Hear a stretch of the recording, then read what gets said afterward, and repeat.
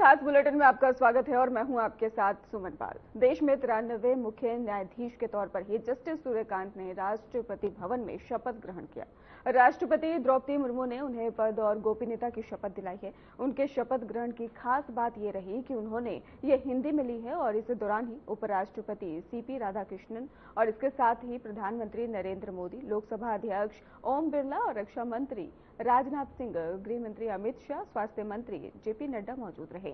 इस शपथ ग्रहण समारोह में ही पूर्व सीजेआई बीआर गवई और इसके साथ ही पूर्व राष्ट्रपति रामनाथ कोविंद और पूर्व उपराष्ट्रपति जगदीप धनखड़ समेत तमाम केंद्रीय मंत्री समेत कई अन्य गणमान्य अतिथि भी शामिल हुए। आपको जानकारी देते चले कि सीजेआई सूर्यकांत का ही कार्यकाल 9 फरवरी 2027 तक रहेगा।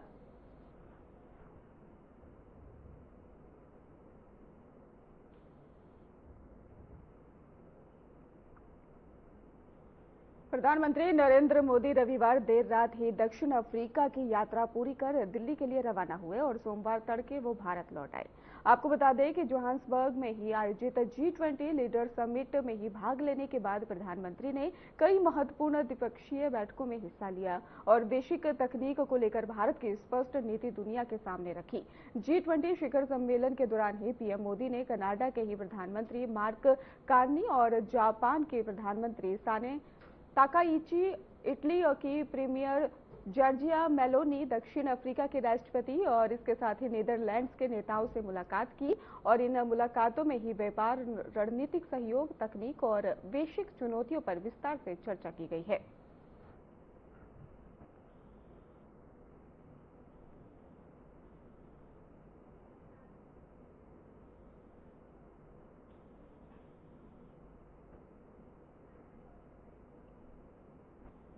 अयोध्या में 25 नवंबर का दिन इतिहास के स्वर्णिम पन्नों में दर्ज होने जा रहा है। श्री राम जन्मभूमि परिसर में होने वाला ध्वजारोहण महोत्सव अभूतपूर्व और अत्यंत भव्य होगा। प्रधानमंत्री नरेंद्र मोदी राम मंदिर की मुख्य शिखर पर विशेष केसरिया ध्वज फहराएंगे और जिसे अहमदाबाद के ध्वज शिल्पकार भरत मेवाड़ा ने तैयार किया है और इसके साथ ही श्री राम जन्मभूमि तीर्थ क्षेत्र ट्रस्ट ने ही उन्हें विशेष रूप से ये जिम्मेदारी सौंपी थी। प्रधानमंत्री मोदी कल महर्षि वाल्मीकि अंतर्राष्ट्रीय एयरपोर्ट पहुंचेंगे, जहां से हेलीकॉप्टर द्वारा साकेत महाविद्यालय आएंगे और यहीं से उनका रोड शो शुरू होगा, जो राम मंदिर तक जाएगा। पूरे मार्ग पर ही स्थानीय लोगों, स्कूली बच्चों और फिर सहायता समूह की महिलाओं द्वारा उनका भव्य स्वागत किया जाएगा। प्रशासन ने सुरक्षा के मद्देनजर रोड शो को ही 8 जोन में बांटा है और हर जोन की जिम्मेदारी अलग अलग महिला समूहों को दी गई है।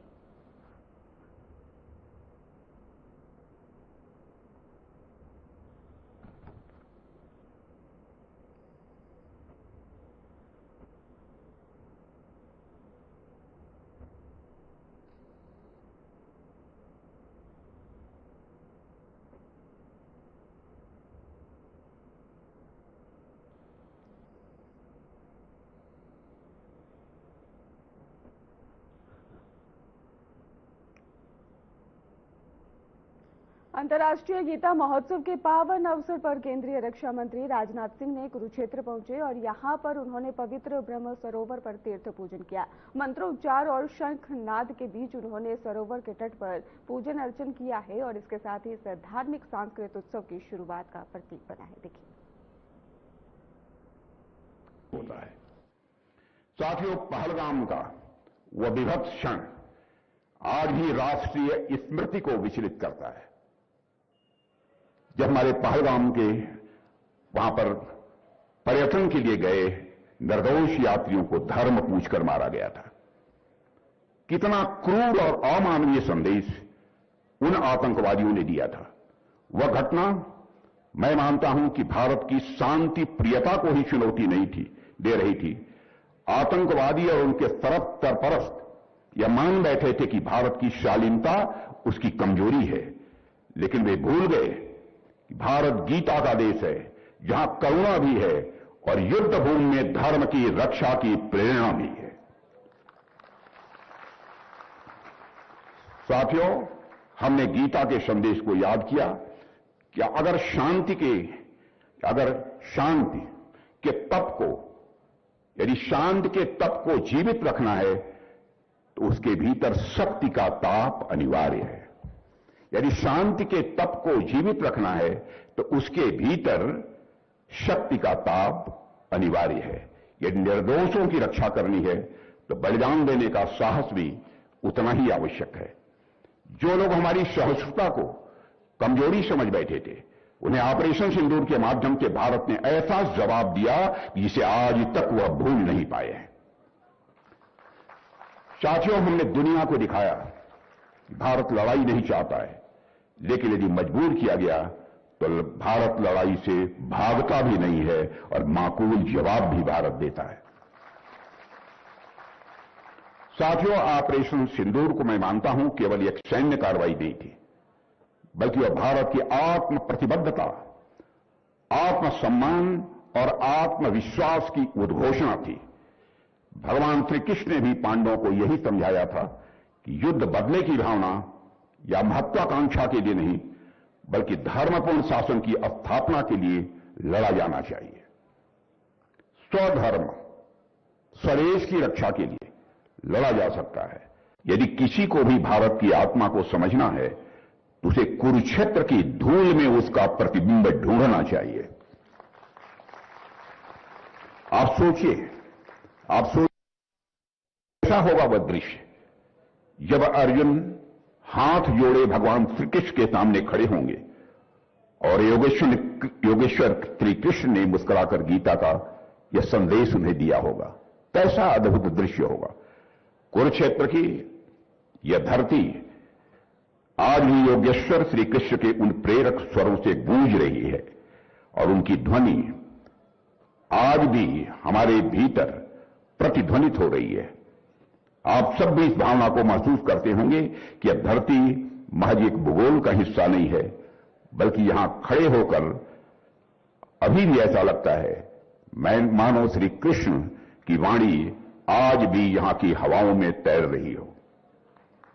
देवियों सज्जनों, संदेह से भरे, द्वंद्व में खड़े, हृदय से विचलित अर्जुन के सामने भगवान कृष्ण ने जो ज्ञान दिया वह केवल उस समय के लिए नहीं था, बल्कि सदैव के लिए था और पूरी मानवता के लिए था।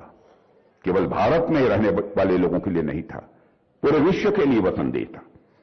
गीता का पहला ही संदेश यह है कि आत्मा न कभी जन्म लेती है, न आत्मा कभी मरती है, न जायते मृते वा कदाचित। यह श्लोक जीवन के अनिश्चितताओं के बीच हमें अद्भुत स्थिरता देता है। और यह केवल युद्धभूमि का संवाद नहीं था, बल्कि मैं मानता हूं कि यह जीवन की हर परिस्थिति का अपने में यह मार्गदर्शन है। मैं यहां पर उल्लेख करना चाहूंगा, संत श्री रामकृष्ण परमहंस जी ने एक सुंदर और बहुत ही गहन बात कही थी कि गीता का पूरा सार केवल उसके नाम के अक्षरों को उलट देने मात्र से ही समझ में आ जाता है। गीता के अक्षरों, गीता का जो नाम है उसके अक्षरों को उलट देने से ही गीता का सार स्वाभाविक रूप से हमको समझ में आ जाता है। गीता, इस नाम को उलट दीजिए। गीता, अंतिम अक्षर ता को पहले ला दीजिए और गी को बाद में, तागी यानी त्यागी। अर्थात गीता का असली संदेश है, असली संदेश है त्यागी बनना। और त्यागी का अर्थ कर्तव्यों का त्याग नहीं है, बल्कि वह अज्ञानता का त्याग है, अकर्मण्यता का त्याग है, दुर्व्यसन, आसक्ति और अहंकार का त्याग है।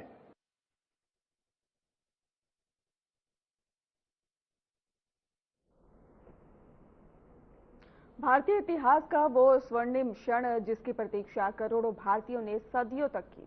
राम मंदिर के शिखर पर ही केसरिया धर्म ध्वज का दिव्य आरोहण 25 नवंबर को अभिजीत मुहूर्त में ही मंत्रोच्चार, शंख ध्वनि और पुष्प वर्षा के साथ होगा। आज हम आपको ले चलेंगे इस ऐतिहासिक यात्रा पर, जहां पर ध्वज केवल कपड़ा नहीं बल्कि 500 वर्षों की आस्था, तपस्या और संघर्ष का प्रतीक बनकर इतिहास में लहराने जा रहा है। इसी को लेकर देखिए हमारी खास रिपोर्ट। इतिहास का वो स्वर्णिम क्षण जिसकी प्रतीक्षा करोड़ों भारतीयों ने सदियों तक की। राम मंदिर के शिखर पर केसरिया धर्म ध्वज का दिव्य आरोहण 25 नवंबर को अभिजीत मुहूर्त में मंत्रोच्चार, शंख ध्वनि और पुष्प वर्षा के साथ होगा। पीएम मोदी, राज्यपाल आनंदीबेन पटेल, मुख्यमंत्री योगी आदित्यनाथ और आरएसएस प्रमुख मोहन भागवत इस अद्वितीय, आध्यात्मिक और ऐतिहासिक क्षण के साक्षी बनेंगे। 7,500 विशेष अतिथि, 7,000 आमंत्रित श्रद्धालु और पूरी अयोध्या दिव्य उत्सव में डूबी हुई। आज हम आपको ले चलेंगे उस ऐतिहासिक यात्रा पर जहां ध्वज केवल कपड़ा नहीं बल्कि 500 साल की आस्था, तपस्या और संघर्ष का प्रतीक बनकर इतिहास में लहराने जा रहा है। 25 नवंबर की सुबह अयोध्या का वातावरण मानो किसी दिव्य उत्सव की घोषणा कर रहा है। हर गली, हर मार्ग, हर मोड़ पर भगवा रंग आस्था की लहर बनकर फैल चुका है। ट्रस्ट, प्रशासन, स्वयं सेवक और श्रद्धालु सभी मिलकर उस क्षण की तैयारी में लगे हैं जिसे सदियों तक याद रखा जाएगा। रामलला के महाप्राण प्रतिष्ठा कार्यक्रम की ये कड़ी, मंदिर निर्माण यात्रा का अंतिम चरण और वही क्षण जब धर्म ध्वज राम मंदिर के शिखर पर स्थापित होगा। अभिजीत मुहूर्त, वो कालखंड जिसे भारतीय ज्योतिष सबसे शुभ मानता है। इसी पवित्र मुहूर्त में केसरिया धर्म ध्वज को शिखर पर स्थापित किया जाएगा। जैसे ही ध्वज दंड पर धर्म ध्वज पर चढ़ेगा, ठीक 10 सेकंड तक शंख ध्वनि गूंजेगी, आकाश से होगी पुष्प वर्षा, वातावरण आध्यात्मिक ऊर्जा से भर जाएगा। ये ध्वज स्थापना केवल एक अनुष्ठान नहीं, ये घोषणा होगी कि राम मंदिर पूर्ण हो चुका है और अब ये आध्यात्मिक रूप से सक्रिय है। इस ऐतिहासिक पल के साक्षी बनेंगे पीएम मोदी, राज्यपाल आनंदीबेन पटेल, मुख्यमंत्री योगी आदित्यनाथ और आरएसएस प्रमुख मोहन भागवत। महासचिव चंपत राय ने बताया, इस आयोजन में 7,500 विशिष्ट अतिथि आमंत्रित किए गए हैं। अयोध्या और पूर्वी उत्तर प्रदेश से 7,000 श्रद्धालु और मंदिर निर्माण से जुड़े 600 से अधिक कारीगर इस गौरवमय क्षण में भागीदार होंगे। ट्रस्ट ने पहली बार आयोजन को इतनी वैज्ञानिक रूप से व्यवस्थित किया है कि हर जिले को एक अलग रंग कोड दिया गया है। विशेष सिटिंग व्यवस्था, सुरक्षा के उच्चतम स्तर और प्रवेश द्वारों पर डिजिटल स्थापन, सब कुछ ऐतिहासिक पल के सम्मान में किया गया है। धर्म ध्वज केवल कपड़ा नहीं, ये सनातन का प्रतीक है। रंग केसरिया जो त्याग, पराक्रम, भक्ति, तप और सत्य की विजन का रंग है। ध्वज पर अंकित 2 पवित्र प्रतीक, कोविदार वृक्ष, रघुवंश का राज चिन्ह, वाल्मीकि रामायण में वर्णित भरत के ध्वज पर भी यही प्रतीक था, और दूसरा ओम जो सृष्टि का मूल, हर मंत्र का सार और परम ध्वनि का प्रतिनिधि है। शिखर पर लहराता हुआ धर्म ध्वज केवल विजय का प्रतीक नहीं, ये राम राज्य की पुनर्स्थापना का संकेत है। राम मंदिर के ट्रस्ट के व्यवस्था प्रमुख गोपाल जी राव बताते हैं, ध्वज स्थापना के दौरान मंदिर परिसर आध्यात्मिक ऊर्जा से भर जाएगा। सैकड़ों संत, महंत, वैदिक आचार्य, शंख ध्वनि, वेदों के मंत्र और पुष्प वर्षा, पूरा अयोध्या धूप, गंध और भक्ति में नहाया हुआ दिखाई देगा। और फिर वो क्षण आता है जब मंदिर के शिखर पर ध्वज चढ़ने की प्रक्रिया आरंभ होती है। मंत्र गूंजते हैं, ऊपर से पुष्प वर्षा होती है और जैसे ही ध्वज दंड केसरिया धर्म ध्वज स्थापित होता है, अयोध्या का हर कोना, हर छत, हर घाट जय श्री राम के उद्घोष से भर उठता है। ठीक 10 सेकंड तक गूंजती शंख ध्वनि सदियों का इंतजार एक पल में पूरा कर देती है। अयोध्या का ये उत्सव केवल भारत तक सीमित नहीं रहा। America, Canada, Mauritius, UK, Nepal और दुनिया के अन्य देशों में बसे लाखों राम भक्त भी इस क्षण का हिस्सा बने।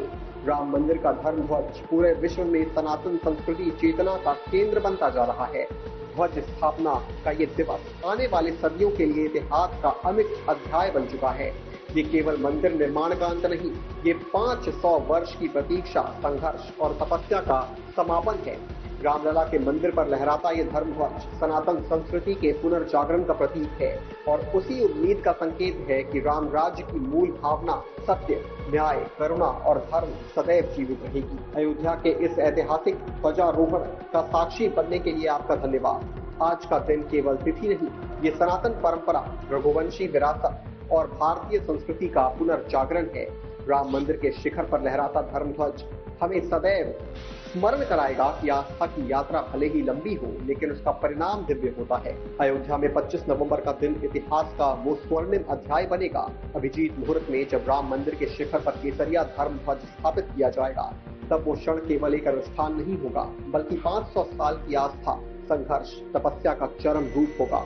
शंख ध्वनि, पुष्प वर्षा और हजारों श्रद्धालुओं की उपस्थिति में अयोध्या एक बार फिर अपनी दिव्यता और आध्यात्मिक ऊर्जा का अभूतपूर्व स्वरूप प्रस्तुत करेगी। धर्म ध्वज पर अंकित ओम और कोविदार वृक्ष राम राज्य की उस मूल भावना का प्रतीक बनेंगे जो सत्य, न्याय, करुणा और धर्म पर आधारित है। और जब ये ध्वज शिखर पर लहराएगा तब ये संदेश पूरे विश्व में जाएगा कि आस्था की यात्रा चाहे कितनी भी लंबी क्यों ना हो, उसका परिणाम हमेशा दिव्य और उज्जवल होता है।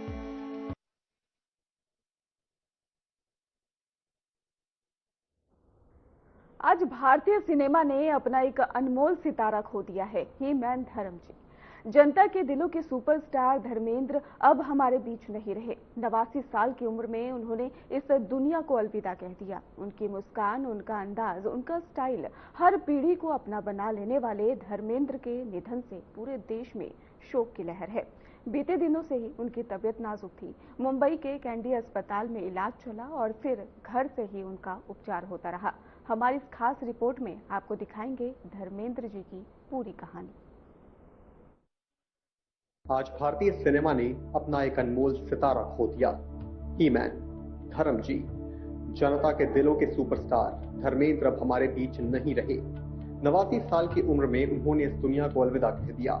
उनकी मुस्कान, उनका अंदाज, उनका स्टाइल हर पीढ़ी को अपना बना लेने वाले धर्मेंद्र के निधन से पूरे देश में शोक की लहर है। बीते दिनों से उनकी तबीयत नाजुक थी। मुंबई के ब्रीच कैंडी अस्पताल में इलाज चल रहा था और फिर घर से ही उनका उपचार हो रहा था। हमारी इस खास रिपोर्ट में आपको दिखाएंगे धर्मेंद्र की पूरी फिल्मी यात्रा, उनका संघर्ष, उनका स्टार्टअप, उनकी खूबसूरत कहानियां। 31 अक्टूबर 2025 ब्रीच कैंडी अस्पताल मुंबई। ही मैन के नाम से मशहूर भारतीय सिनेमा के सुपरस्टार धर्मेंद्र नियमित चेकअप के लिए यहाँ लाए गए। सांस लेने में तकलीफ, बढ़ती उम्र और लंबी बीमारी से जूझते हुए भी उनकी मुस्कान वही थी, नर्म, शांत और सबको हिम्मत देने वाली। लेकिन 10 नवंबर को हालात बिगड़ी। परिवार हेमा मालिनी, सनी देओल, बॉबी देओल, ईशा, अहाना सब अस्पताल पहुंचे। उनके कमरे में पसरा था सन्नाटा और दीवारों पर टंगा था 6 दशक का इतिहास, जज्बातों से भरा, संघर्ष से भरा और जीत से भरा। आखिरकार आज उन्होंने दुनिया को अलविदा कह दिया। 89 साल की ये यात्रा एक चरम पर पहुंचकर खामोश हो गई। धर्मेंद्र केवल कृष्ण देओल 8 दिसंबर 1935 पंजाब के नसरानी गांव का एक आम लड़का जिसके सपने असामान्य थे। एक किसान परिवार का बेटा जो खालिस मिट्टी में पला, स्कूल से कॉलेज तक सादगी में जीवन और भीतर दबी एक आग पर्दे पर आने की। 1958 में film fair new talent Hunt में हिस्सा लिया। यही जीत उनकी किस्मत बदलने वाली थी। बॉलीवुड के दरवाजे खुले। काम आसान नहीं था, लेकिन जिद थी, जुनून था और मेहनत उनकी ताकत। 1960 में पहली फिल्म दिल भी तेरा हम भी तेरे, एक साधारण रोल लेकिन पहचान मजबूत। धीरे धीरे धर्मेंद्र का चेहरा दर्शकों की नजरों में बसने लगा। 8 का दशक, धर्मेंद्र का दशक, उनकी पर्सनालिटी, उनका स्क्रीन प्रेजेंस, उनकी आंखों का जादू। इंडस्ट्री ने उन्हें नाम दिया ही मैन, फूल और पत्थर, सुपरहिट। इस फिल्म ने उनके करियर को आसमान पर पहुंचा दिया। एक्शन, रोमांस, इमोशन, धर्मेंद्र हर रोल में ढल जाते थे। 1970 के दशक तक आते आते वो भारत के सबसे बड़े सुपरस्टार में शामिल हो चुके थे। अगर हिंदी सिनेमा की यादगार फिल्मों की लिस्ट बने तो धर्मेंद्र की फिल्में दर्जनों में शामिल होंगी। शोले 1975, वीरू के किरदार में जो शरारत थी, जो मासूमियत थी और जो रोमांच था, वो धर्मेंद्र के बिना संभव ही नहीं था। बसंती को मनाने वाले वीरों की हंसी, उनकी दोस्ती, उनकी जिंदा दिली आज भी चौपाल में, गलियों में और दिलों में बसती है। चुपके चुपके 1975 कॉमेडी का मास्टर क्लास। धर्मेंद्र ने साबित किया कि वो केवल एक्शन ही नहीं बल्कि टाइमिंग के उस्ताद भी हैं। सीता और गीता, यादों की बारात, जुगनू, धर्मवीर, हर दशक में ब्लॉकबस्टर, सुपरहिट और यादगार किरदार। 90 के दशक में उनके धीमे कदम रखे, लेकिन दर्शकों का प्यार कभी कम नहीं पड़ा।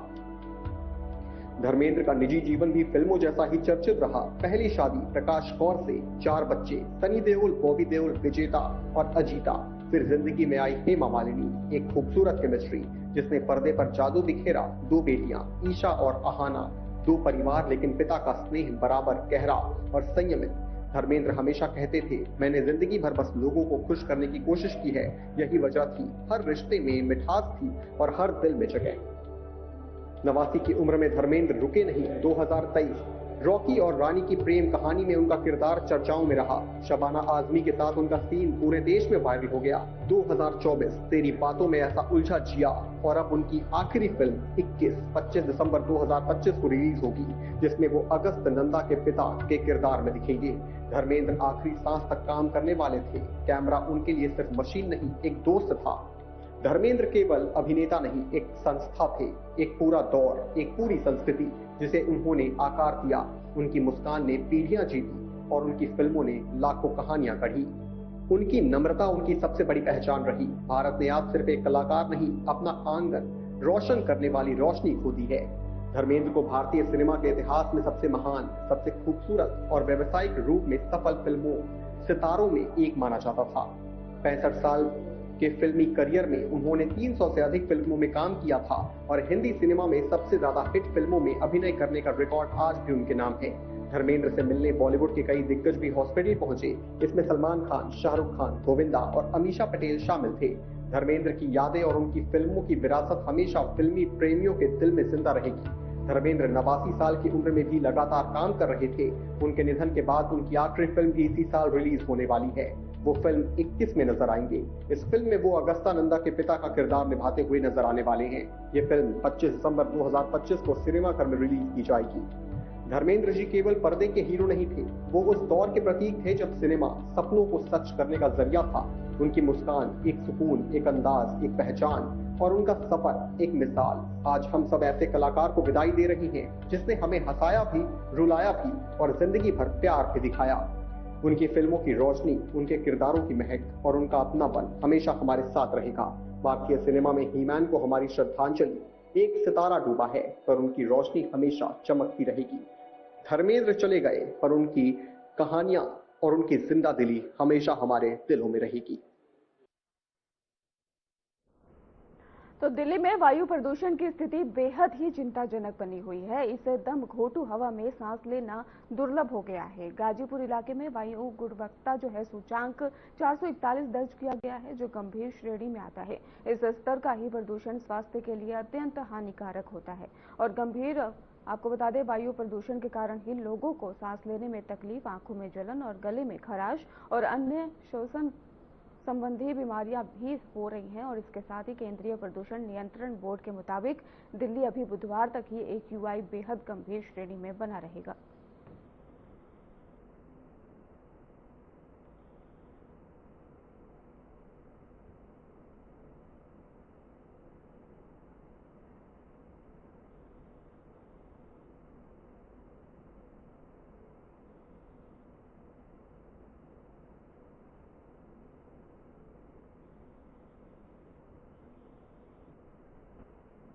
आज हम बात करेंगे उस संकट की जो एक बार फिर दिल्ली और NCR की छतों पर नहीं बल्कि फेफड़ों के अंदर उतर चुका है। दिल्ली की हवा उस स्तर पर पहुंच गई है जहां सांस लेना बहुत खतरनाक हो गया है। AQI लगातार बढ़ता जा रहा है। देखिए खास रिपोर्ट में।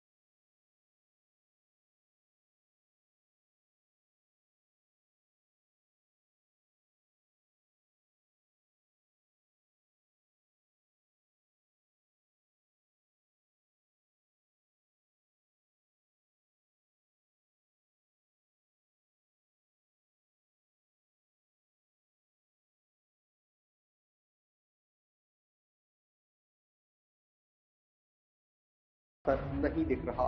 क्लाउड सीडिंग का प्रयोग जो दिल्ली की आखिरी उम्मीद था, वो भी विफल साबित हुआ। और राजधानी एक बार फिर अपने ही धुएं में डूबती चली गई। दिल्ली बुरी है, लेकिन एनसीआर की हालत उससे भी ज्यादा खतरनाक। नोएडा, गाजियाबाद, गुरुग्राम, फरीदाबाद, हर शहर में हवा का ग्राफ नीचे और जहर का स्तर ऊपर है। लोग मास्क लगाकर भी राहत नहीं पा रहे। ट्रैफिक में खड़े होना किसी सजा से कम नहीं रहा। नए आदेश के अनुसार दिल्ली सरकार के अधीन सभी सरकारी सहायता प्राप्त निजी मान्यता प्राप्त स्कूल, एनडीएमसी, एमसीडी और दिल्ली कैंटोनमेंट बोर्ड के स्कूलों, विश्वविद्यालय, कॉलेज और मान्यता प्राप्त खेल संघों को निर्देशों का कड़ाई से पालन करना होगा। विशेषज्ञों के अनुसार प्रदूषण का ये स्तर लंबे समय तक रहने पर दमा, फेफड़ों की बीमारी, दिल की समस्या और बच्चों, बुजुर्गों को गंभीर स्वास्थ्य जोखिम दे सकता है। लगातार बढ़ते प्रदूषण के चलते अस्पतालों में मरीजों। फिलहाल खास बुलेटिन में बस इतना ही। आगे की खबरों के लिए आप देखते रहिए हमारा चैनल। धन्यवाद।